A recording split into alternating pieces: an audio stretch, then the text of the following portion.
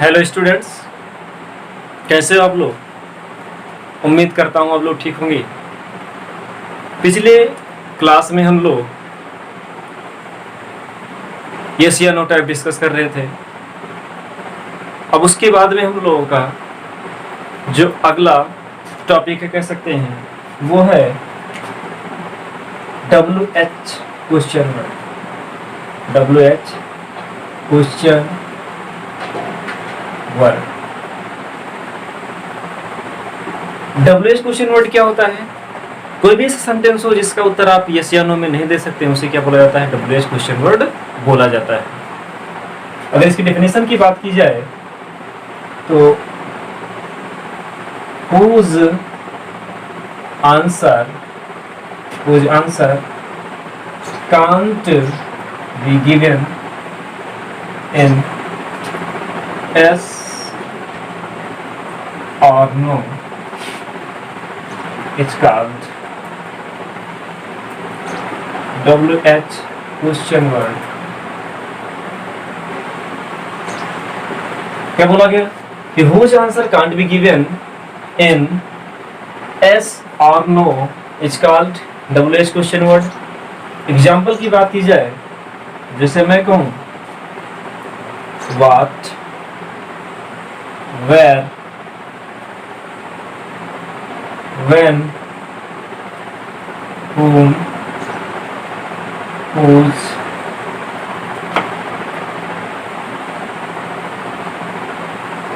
how many, how much, how, etc. बहुत सारे question words हैं। जैसे मैं कहूं when do you go to temple, तो आपका जवाब हो सकता है मॉर्निंग भी हो सकता है, इवनिंग भी हो सकता है, या आप आफ्टरनून भी ले सकते हैं। तो इसका आप क्या कर रहे हैं कि अर्थात इसका उत्तर आप यस या नो में नहीं देकर आप कोई रीजन बता रहे हैं या मतलब कोई अलग सा मतलब आप आंसर दे रहे हैं, तो वो क्या होगा, आपका कुछ WH क्वेश्चन वर्ड माना जाएगा। और एग्जांपल की बात करें, जैसे मैं कहूं how much milk do you drink in a day, तो आपका जवाब हो सकता है 1 लीटर और 2 लीटर, कुछ भी हो सकता है, 1 लीटर भी हो सकता है, 2 लीटर भी हो सकता है। तो एक बात आपको समझ में आए कि जो WH क्वेश्चन वर्ड होते हैं ये बेसिकली इंट्रोगेटिव वर्ड से स्टार्ट होते हैं, और जो यस या नो टाइप क्वेश्चन वर्ड था वो आपका हेल्पिंग वर्ड से स्टार्ट होता है। किससे स्टार्ट होता है? हेल्पिंग वर्ड से। तो आप फाइंड आउट कर सकते हैं कि कोई भी क्या है, WH है या यस या नो टाइप है। तो WH और यस या नो टाइप में अंतर बेसिकली अंतर यही होगा कि ये जो WH होगा ये या तो W से स्टार्ट होगा या S से स्टार्ट होगा, और इसी को बोला था इंट्रोगेटिव वर्ड्स बोल सकते हैं या WH क्वेश्चन वर्ड्स बोल सकते हैं। समझ में आया? अब इसे हम मिटाते हैं, आप इसे नोट डाउन कर लेंगे। अब इसके बाद में जो हम लोग का नेक्स्ट सेंटेंस है, उस सेंटेंस का नाम क्या है? उस सेंटेंस का नाम है इंपेरेटिव सेंटेंस। अगर हम उसकी बात करें तो सेंटेंस का नाम इंपेरेटिव सेंटेंस है। इंपेरेटिव सेंटेंस होता क्या है? इंपेरेटिव सेंटेंस का मतलब होता है हिंदी में अगर इसको कहा जाए आदेशात्मक वाक्य। आपको सेंटेंस से समझ में नहीं आ रहा था, इसके मीनिंग से समझ में आ रहा है कि जिसमें आदेश दिया जाए, रिक्वेस्ट किया जाए, सजेशन दिया जाए या एडवाइस दिया जाए, उसी को बोलते हैं क्या? इंपेरेटिव सेंटेंस बोलते हैं। तो इंपेरेटिव सेंटेंस बेसिकली ऐसा सेंटेंस है जो इंपेरेटिव मूड में बोला जाता है, और ऐसा लगता है कि सामने वाला अर्थात जो भी व्यक्ति को आप किसी को सेंटेंस अर्थात जिसी को ऑर्डर दे रहे हैं वो आपके सामने ही है। ऐसा क्या है? आपके सामने ही है।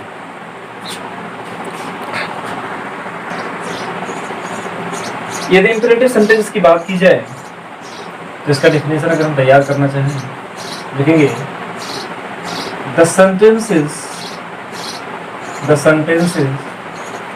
that express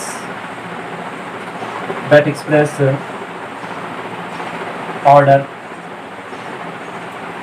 command, order command, request, order command, request, advise or suggestion. It's called imperative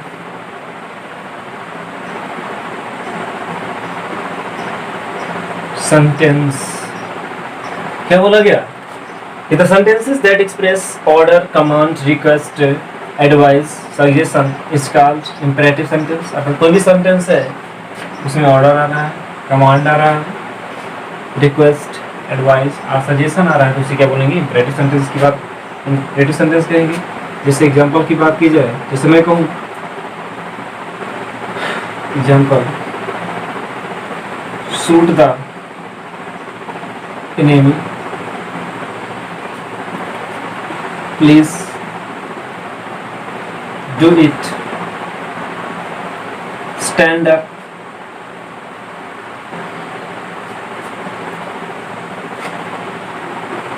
do not move,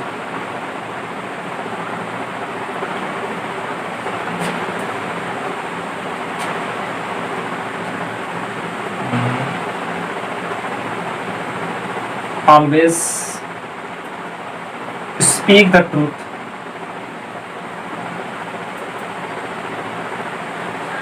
shoot the enemy, इसका मतलब है कि शत्रु को गोली मार दो. देखिए ये ऑर्डर और कमांड है. बेसिकली बुक में इसका अर्थ सिमिलर बताया जाता है कि दोनों अर्थ सेम है, लेकिन अगर इसके डिफरेंस की बात की जाए तो इसमें डिफरेंस क्या होता है? ऑर्डर जो होता है आपका नॉर्मली ऑर्डर होता है, जैसे एक टीचर किसी स्टूडेंट को देता है, और ये कमांड जो होता है बेसिकली ऑफिशियल ऑर्डर होता है. ऑफिशियल ऑर्डर का मतलब होता है जिससे हम लोग कह सकते हैं राजकीय आदेश बोल सकते हैं.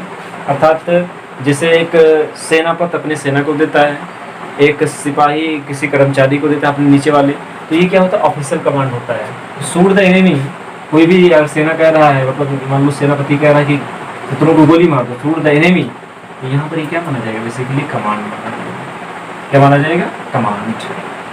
मैं कहूँ प्लीज डू इट, जिसमें प्लीज आ गया उसको आप आंख मूंद क्या बोल सकते हैं? रिक्वेस्ट है. उसमें क्या है? रिक्वेस्ट.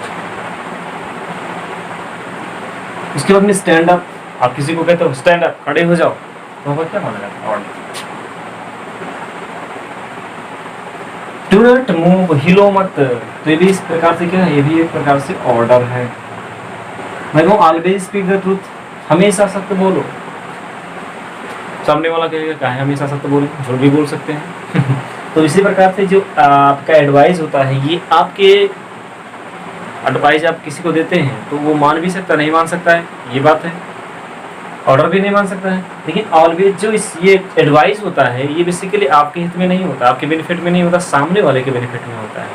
तो ये सब एडवाइस यहाँ पर क्या होता है? आप किसी को कह रहे हैं सत्य बोलो तो सामने वाले को ही क्या होगा? फायदा होगा. तो इसे हम आप लोग इसे क्या करेंगे? नोट डाउन कर लेंगे, मिटाते हैं इसे. अगर इसकी स्ट्रक्चर की बात की जाए तो इसका स्ट्रक्चर क्या होता है? वर्ब की फर्स्ट फॉर्म प्लस ऑब्जेक्ट, ये होता है आपका अफर्मेटिव में.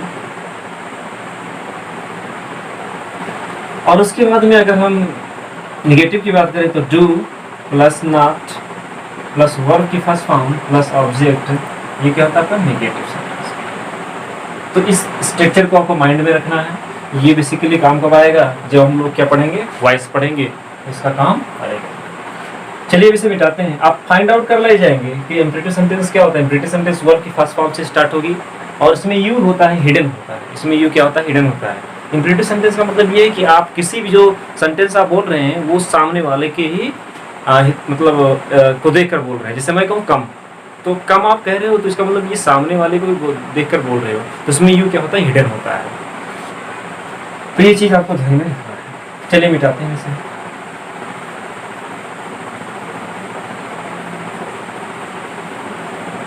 अब इसके बाद में जो हम लोगों का नेक्स्ट कह सकते हैं कि जो आपका नेक्स्ट सेंटेंस है वो क्या? एक्सक्लामेटरी सेंटेंस है. एक्सक्लामेटरी सेंटेंस अब एक्सक्लेमेटरी सेंटेंस होता क्या है, आप लोग पढ़ते आए हो आज तक। एक्सक्लेमेटरी सेंटेंस का मतलब ये होता है that is happened without pre planned, अर्थात कोई भी ऐसी घटना जो घट जाए जो आप उसको प्री प्लान्ड नहीं किए हो। प्री प्लान्ड का मतलब जिसका अनएक्सपेक्टेडली हो जाता है, अचानक हो जाता है, उसी को क्या बोला जाता है, एक्सक्लेमेटरी सेंटेंस बोला जाता है। जैसे अभी जैसे क्लास चल रहा है, क्लास में काफ़ी सारे स्टूडेंट्स बैठे हुए हैं और अचानक फैन गिर जाए तो क्या आ जाएगी, अरे, या कुछ भी मतलब ऐसा वर्ड्स निकल सकता है, तो क्या होगा, एक्सक्लेमेटरी सेंटेंस माना जाएगा उससे। तो क्या होता है, इसकी डेफिनेशन की बात बोला जाए, the sentences that express some sudden feelings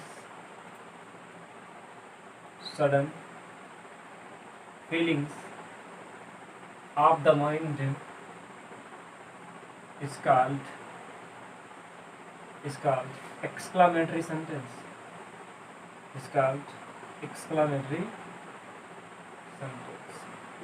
कोई भी ऐसा सेंटेंस है जो माइंड के कुछ सडन फीलिंग अर्थात अचानक भावनाओं को व्यक्त करता है, उस मस्ती में उठने वाले अचानक भावनाओं को व्यक्त करता है, उसी को क्या बुलाते हैं, एक्सक्लेमेटरी सेंटेंस बोला जाता है।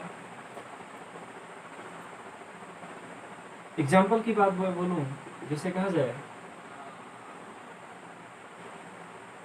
हाय, हाउ आर यू,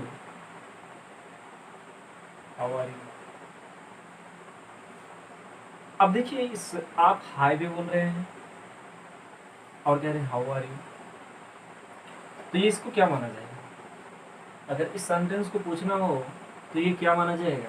तो देखिए, इसमें दो सेंटेंस है बेसिकली। हाय जब आप किसी को कहते हो तो क्या हो गया, आपका एक्सक्लेमेटरी सेंटेंस हुआ, आप किसी को देखे हाय, अचानक किसी को देखे। लेकिन ये क्या है, हाउ आर यू, आप कैसे हो, तुम कैसे हो, तो ये बेसिकली क्या है, इंटरोगेटिव सेंटेंस है। और ये कौन सा सेंटेंस है, WH क्वेश्चन।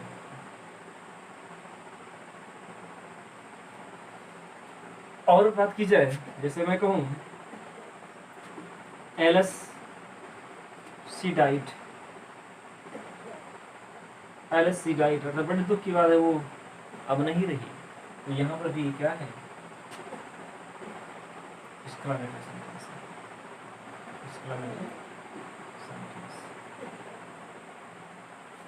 और एग्जाम्पल की बात की जाए, जैसे मैं कहूँ well done, you have done a lot, तो यहाँ पर भी क्या है, एक्सक्लेमेटरी सेंटेंस। तो एक्सक्लेमेटरी सेंटेंस आप पहचाने के कैसे, इसके मैं कुछ क्लू पॉइंट लिख रहा हूँ जो आपको समझ में, अगर उसको देखने के बाद में आपको समझ में आ जाएगा कि क्या है, एक्सक्लेमेटरी सेंटेंस है। मिटाते इसे हम, जैसे अगर कहा जाए,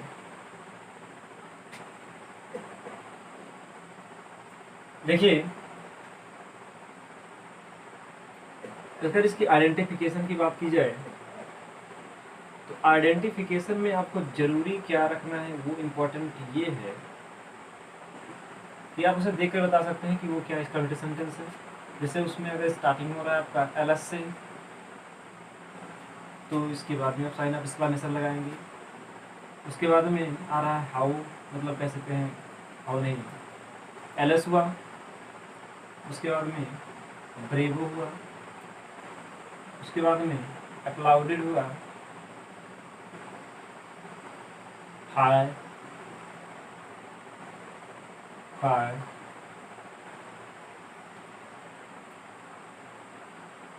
हाय, हाय,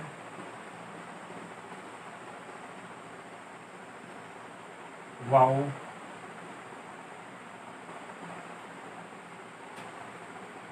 बहुत सारे वर्ड्स हैं एक्सेट्रा। तो ये क्या होते हैं, ये आप इसको देख के बता सकते हो कि ये क्या है, एक्सक्लेमेटरी सेंटेंस है। ये आपके इसका क्लू पॉइंट है। बहुत सारे ऐसे वर्ड्स हैं जो इसको एक्सक्लेमेटरी सेंटेंस में यूज किए जाते हैं बेसिकली। अर्थात एक चीज़ आपको ध्यान में रखना है ये कि जो एक्सक्लेमेटरी सेंटेंस अर्थात इसमें साइन ऑफ एक्सक्लेमेशन, इसे बोलते हैं साइन ऑफ एक्सक्लेमेशन। अगर ये सारी चीज़ें आ रही हैं तो इसके बाद में साइन ऑफ एक्सक्लेमेशन यूज होगा। ये सब आ रहा है, अर्थात ये सारे वर्ड्स आ रहे हैं तो इसके बाद में साइन ऑफ एक्सक्लेमेशन यूज करेंगे। लेकिन अगर ये नहीं आ रहा है तो साइन ऑफ एक्सक्लेमेशन लास्ट में यूज होगा। क्या होगा? साइन ऑफ एक्सक्लेमेशन लास्ट में यूज होगा। जैसे अगर बात की जाए, जैसे मैं कहूँ नॉनसेंस, तो ये क्या हुआ? लास्ट में आया। तो एक प्रकार से ये भी क्या है? सेंटेंस है। ये भी आपका क्या है? सेंटेंस है। तो इसको आप समझ जाएंगे। ये सारे से क्लू पॉइंट्स हैं। ये वर्ड्स अगर आ रहे हैं तो किस में माना जाएंगे? एक्सक्लेमेटरी सेंटेंस माना जाएगा। इसे मिटाते हैं, इसे आप लोग नोट डाउन कर लेंगे।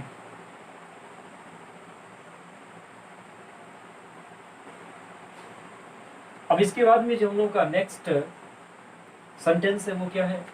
ऑप्टेटिव सेंटेंस है। ऑप्टेटिव सेंटेंस है। और इसका अर्थ क्या होता है? इच्छा सूचक वाक्य। इच्छा सूचक वाक्य का मतलब ये होता है जो आपके इच्छा से निकलता है। आप जो इच्छा से आप अपनी इच्छा व्यक्त करते हो इसी को बोला जाता है क्या? Optative sentence. तो अगर इसकी डिफिनेशन की बात बोला जाए या किया जाए तो क्या होगा? The sentences that express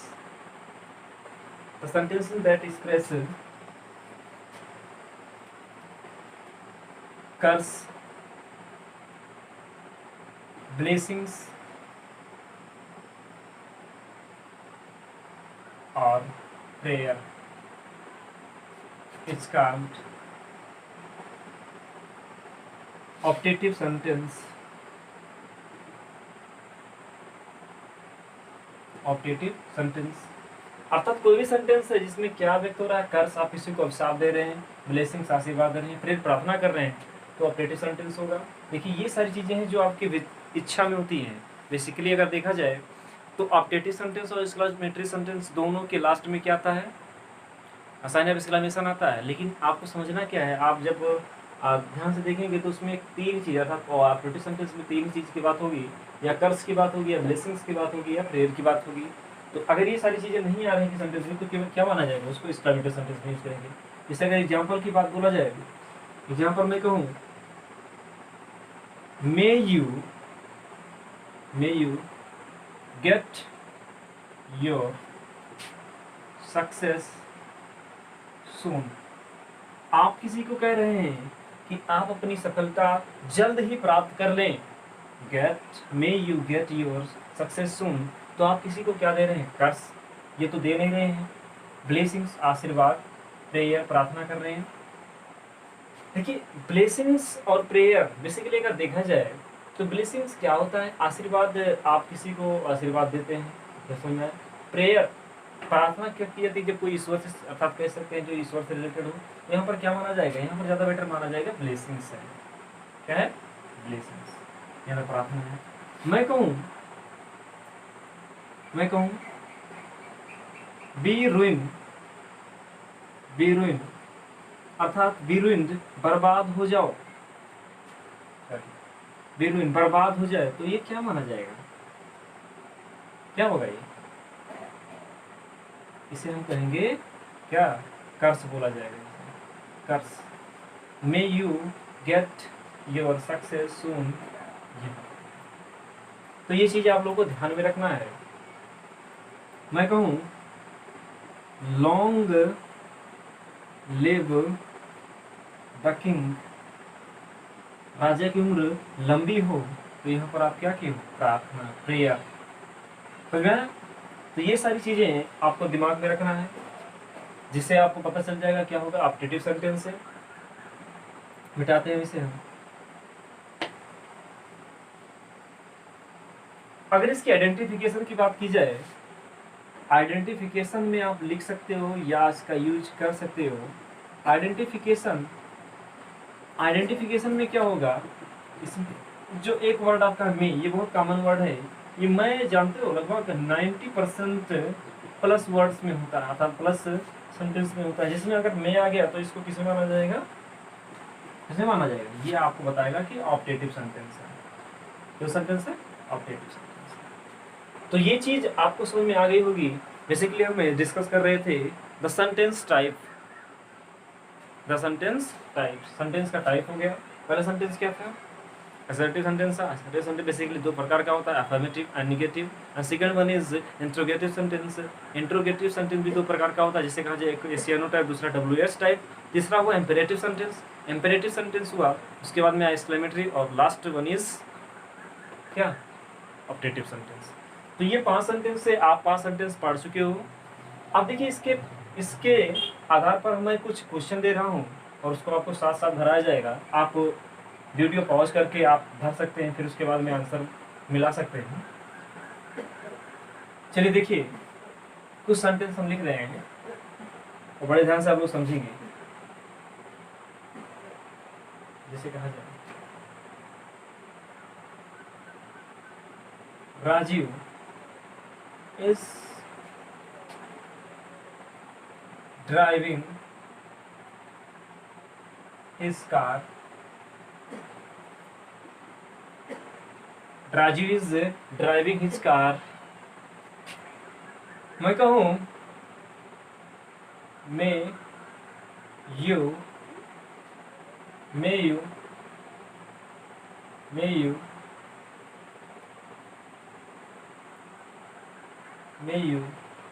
pass the first division.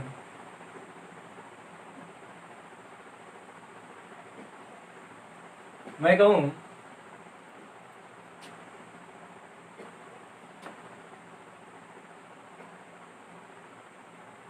how are you today? How are you today? How are you today? उसके बाद में do you addict to drinking?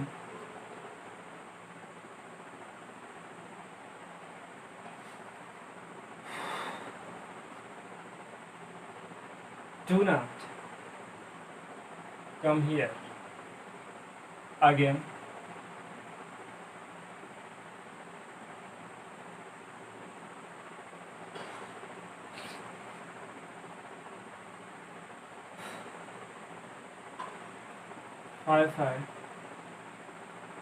Five. It is too dirty.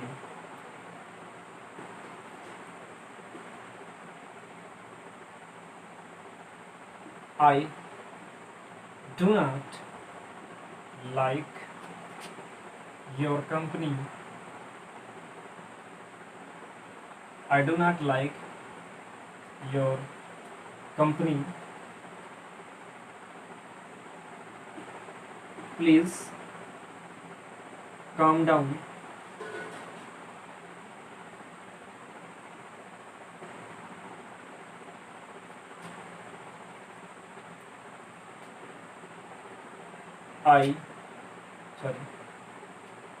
Have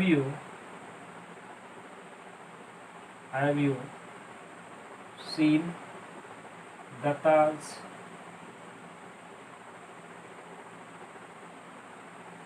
last आपका है, सबसे पहले इतनी चीजें पहले हम लोग क्या करते हैं, इसको फिलअप करते हैं। जैसे Raju is driving his car. देखो राजू एक सब्जेक्ट हुआ, राजू क्या कर रहा है? ड्राइव कर रहा है अपनी कार को, तो ये क्या माना जाएगा? बेसिकली ये आपका है affirmative sentence. May you pass the first division. देखिए इसमें मे आया, अभी बताया गया कि मे अगर होगा तो बेसिकली किस में जाएगा? ऑप्टेटिव सेंटेंस में। ऑप्टेटिव हुआ। हाउ आर यू टुडे में आप लोगों को समझाया गया है कि WH टाइप जो क्वेश्चन वर्ड होते हैं, या तो W से स्टार्ट होते हैं, क्या किससे स्टार्ट होते हैं? W से, या H से, या W से। तो ये WH क्वेश्चन वर्ड है, बेसिकली इसके लास्ट में भी क्वेश्चन वर्ड है, तो क्वेश्चन मार्क है, तो क्या माना जाएगा इसे? ये आपका है WH क्वेश्चन वर्ड कह सकते हैं, या इंट्रोगेटिव वर्ड ज़्यादा बेटर है। इंट्रोगेटिव है। Do you addicted to drink? अब देखिए डू है और लास्ट में क्या है? क्वेश्चन मार्क है। तो डू, क्या आप ड्रिंकिंग करने की लती हो? तो ये क्या होगा? आपका जवाब यस या नो में होगा। तो ये भी क्या है? ये भी इंट्रोगेटिव सेंटेंस है, इंट्रोगेटिव सेंटेंस है। डू नॉट कम हियर, देखिए डू नॉट आया और बताया गया था डू नॉट किस में आता है? इंपरेटिव सेंटेंस में। तो ये आपका क्या इंपरेटिव सेंटेंस हुआ। उसके बाद फाइव फाइव, जिसमें फाइव फाइव वो किस में बोला गया था? एक्सक्लामेटरी सेंटेंस हुआ। क्या हुआ? एक्सक्लामेटरी सेंटेंस हुआ। I do not like your company, देखिए आई या फिर डू नॉट आया तो ये क्या बोला जाएगा? Negative sentence. क्या बोला जाएगा? Negative sentence. Please calm down, please आया तो इसमें क्या बोला? रिक्वेस्ट हो रहा है तो क्या होगा? Imperative sentence. क्या होगा? इंपरेटिव सेंटेंस हुआ। मैं कहूँ हैव यू सीन द ताज, ये देखिए ये क्या है? बेसिकली ये एक हेल्पिंग वर्ड से स्टार्ट होता है, क्या बोला जाएगा? इसे भी इंट्रोगेटिव सेंटेंस बोला जाएगा। तो समझ में आया ना? तो अब आपका क्या हुआ कि जो सेंटेंस टाइप अप था, तो आपका जो चैप्टर था, आप जो ईपी बोर्ड वाले अपना कह सकते हैं क्लास 10th और 9th वाले जो बच्चे हैं वो अपने इस जो सेंटेंस टाइप है वो बेसिकली इनका दूसरा चैप्टर है। देखिए पहले चैप्टर में क्या था उसको हम बाद में डिस्कस करेंगे, और ये दूसरे चैप्टर में भी अभी पूरा नहीं हुआ है। ये आप लोगों को पढ़ा दिया गया है कि सेंटेंस कितने प्रकार के होते हैं और सेंटेंस बेसिकली होता क्या है, ये चीज़ बता दिया गया है। अब क्या करना है कि आप जाएंगे उस अपने जो बुक है उसमें देखेंगे, ये सारी चीज़ें पढ़ेंगे और आपको समझ में आएगा। और कुछ चीज़ें उसमें छूट गई हैं तो काम करेंगे आप लोग कि आप दो जो आप नोट बना रहे हैं, नोट बुक बना रहे हैं या फेयर कर रहे हैं जिसमें, उसमें आप लोग 2 से 3 पन्ना आपका 2 से 3 पेज छोड़ देंगे और वो क्या होगा आगे आप लोगों को एड ऑन कर साथ में जोड़ दिया जाएगा। उसका रीज़न ये है अभी क्यों नहीं पढ़ाया जा रहा, उसका रीज़न ये है जो आप लोगों का ट्रांसलेशन का ज्ञान नहीं होगा तो इसके आगे की चीज़ें आता है रीऑर्डरिंग, और बेसिकली उसमें निगेटिव अफर्मेटिव से निगेटिव बनाना, अफर्मेटिव से इंट्रोगेटिव बनाना, ये सारी चीज़ें सिखाई जाएंगी। तो ये किस क्या होगा आप लोगों को इंट्रो अर्थात कह सकते हैं ट्रांसलेशन सेशन के बाद में होगा। तो आप क्या करेंगे, ये सारी चीज़ें आप लोगों को समझ में आ गया होगा। अब जो हम लोगों का नेक्स्ट टॉपिक होगा अर्थात कह सकते हैं अगला जो नया टॉपिक है वो आप लोगों का होगा, वो होगा ट्रांसलेशन से स्टार्ट करेंगे। किसे? ट्रांसलेशन। ट्रांसलेशन तो ट्रांसलेशन अगला हम लोगों का क्या होगा, नेक्स्ट टॉपिक होगा। तो आप लोग क्या करेंगे, जितनी चीज़ें पढ़ाई गई पीछे उन चीज़ों को आप लोग दिमाग में रखेंगे, और जब ये टॉपिक खत्म हो जाएगा फिर उसे हम लोग क्या करेंगे पीछे अर्थात जो हम लोग का जो सेंटेंस टाइप है उसी में जो रीऑर्डरिंग है 1-2 नंबर का आता है उसे देखा जाएगा। अफर्मेटिव से निगेटिव, निगेटिव से अफर्मेटिव, इंट्रोगेटिव, एक्सक्लेमेटरी जो भी बनाते हैं वो सब चीज़ें आप लोगों को बनाई जाएगी, लेकिन वो क्या होगा आप लोगों को ट्रांसलेशन के बाद में पढ़ाया जाएगा। तो मिलते हैं नेक्स्ट वीडियो में और वो भी ट्रांसलेशन के साथ। Thank you.